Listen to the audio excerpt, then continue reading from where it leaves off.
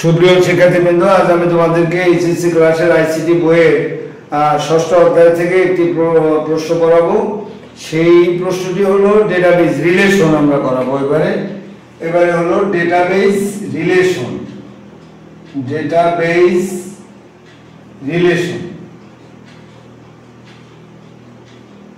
এটা পড়াবো। ডেটাবেজ রিলেশনটা কি? একটা ডেটাবেজ টেবিলে আমাদের একটা ডেটাবেজের মধ্যে মানে এক বা একাধিক টেবিল থাকে।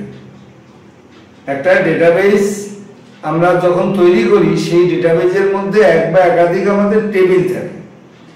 এই টেবিলগুলো মধ্যবর্তী যে সম্পর্ক, এই সম্পর্ককেই আমরা বলে থাকি মূলত রিলেশন। আর এই রিলেশনের উপরে যিনি প্রভাব বিস্তার করেছেন তার নাম হচ্ছে ইয়েট কোড। ইয়েট কোড, CODD। এই ইয়েট কোড হলো এডগর ফ্রাঙ্ক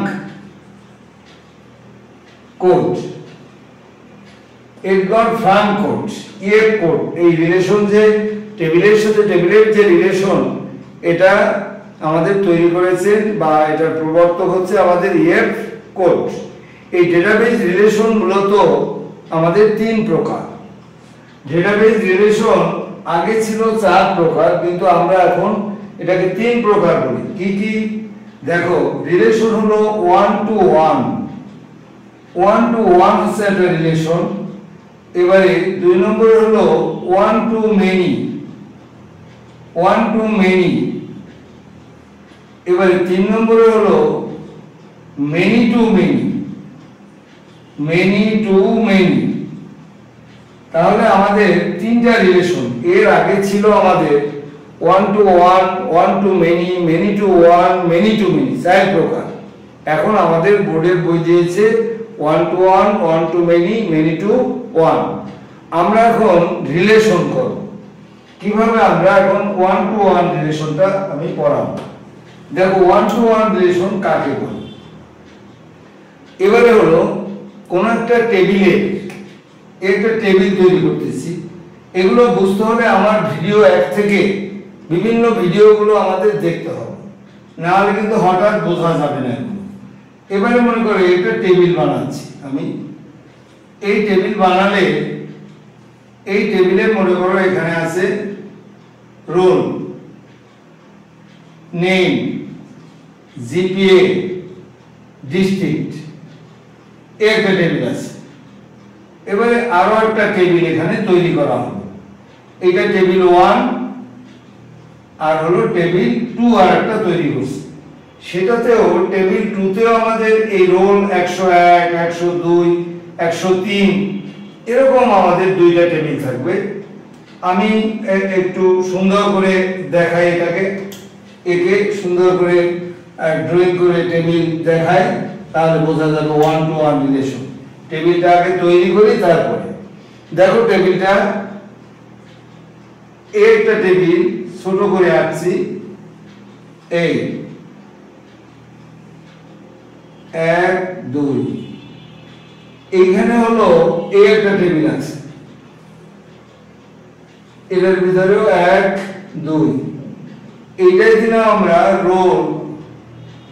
রোল, নেম, এটা দিলাম জিপি। আর এইটার মধ্যে দিলাম রোল, আর এটা দিলাম আমরা বোর্ড ক্লাস, এই দিলাম। তো আমাদের দেখো 101, 102, 103 এটা রিপা, টিপা আর হলো শিপা। এবারে 5 4 4.50 এটাতেও সেম সিস্টেম করলাম। রোল 101, 102, 103 এটা Barishal board, Dhaka board, Comilla board, class 7 8 9 এই করলাম। তো আমাদের এখন দেখো এই যে দুটো টেবিল বানাইলাম, এটা মনে করো টেবিল 1, এটা হচ্ছে টেবিল 2 এই যে করা হলো। তো এইখানে আমাদের দেখো টেবিল 1 এবং টেবিল 2 এর মধ্যে আমরা সম্পর্ক করব। তো আমাদের 1 to 1 রিলেশনটা মূলত কাকে বলে দেখো, এইটাকে বলে কিন্তু একটা রেকর্ড, রিপার একটা রেকর্ড, এটা এটা এটা মিলে একটা রেকর্ড, এটা হলো আর একটা রেকর্ড। তাহলে একটা টেবিলের এই যে যে ডেটাগুলো আমাদের দেয়া থাকে এক এক লাইনে, এই লাইনগুলোই হচ্ছে এক একটা রেকর্ড। তাহলে আমরা এখন বলবো কোন একটা টেবিলের কোন একটি রেকর্ডের সাথে যখন অন্য টেবিলের একটি রেকর্ডের মধ্যে সম্পর্ক তৈরি হয়, তখন সেই সম্পর্ককে আমরা বলে থাকি 1 to 1 রিলেশন। তাহলে আমাদের এই 101 এর সাথে এটি একটি প্রাইমারি কি, কিন্তু একটা টেবিলের এই যে প্রাইমারি কি রোল নম্বর, এটা একটা প্রাইমারি কি, এটাও একটা প্রাইমারি কি। তাহলে 1 to 1 রিলেশন করতে হলে দুটো প্রাইমারি কি আমাদের থাকতে হবে। এই দুটো প্রাইমারি কি এর মানে এরকম এই প্রাইমারি কি এর এই যে এখানে রোল নম্বর আর দ্বিতীয়টার রোল নম্বর আমাদের একই থাকতে হবে, তখন তাদের মধ্যে একটি রিলেশন তৈরি হবে। তাহলে 1 to 1 রিলেশন করতে হলে আমাদের দুটো টেবিল প্রয়োজন, এই দুটো টেবিলের মধ্যে দুটো প্রাইমারি কি আমাদের থাকতে হবে, এবং প্রথম টেবিলের একটা রেকর্ডের সাথে যখন দ্বিতীয় টেবিলের অন্য আরেকটা রেকর্ডের মধ্যে যখন সম্পর্ক তৈরি হয়, সেটা হলো 1 to 1 রিলেশন। এই রিলেশনটা করার জন্য জাস্ট এভাবে আমরা এই জাস্ট এটার সাথে এটা রিলেশন হলো, এটার সাথে আমাদের এটা রিলেশন হলো, এটার সাথে আমাদের এটা রিলেশন হয়, এটা হচ্ছে আমাদের 1 to 1 রিলেশন। তো আমাদের এই রিলেশন তৈরি করতে হলে আমাদের যে কাজটা করতে হবে সেটি হলো, পরীক্ষায় যদি আসে তাহলে 1 to 1 রিলেশনের জ্ঞান আমরা করব, লিখব। অনুধাবনে গিয়ে আমরা লিখব 1 to 1 রিলেশন করতে হলে এরকম দুইটা টেবিল প্রয়োজন, দুইটা টেবিলে দুইটা প্রাইমারি কি প্রয়োজন। এবারে একটার সাথে আরেকটার আমাদের রিলেশন ঘটবে।